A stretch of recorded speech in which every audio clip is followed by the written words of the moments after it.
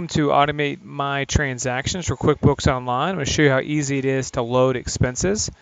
This here is the dashboard where you can see how much data is loaded. We're going to click on New Import and we're going to choose a new Excel file.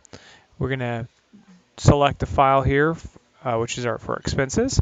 We're going to click Next, select the first sheet, and then you're going to be able to see the QuickBooks Online connections you already have. It's $3 for a new QuickBooks Online connection.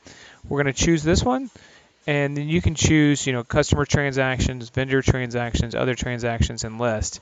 We're going to go to customer transactions and load expenses. And you can see here this looks exactly like the expenses in QuickBooks. It auto-mapped everything from the file. It uses artificial intelligence to map these items.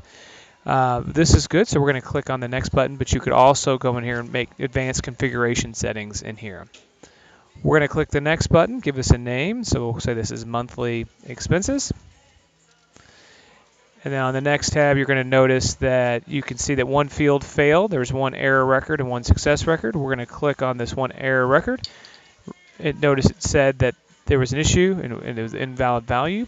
You can click on Import Now, and then you can also see the successful records right here.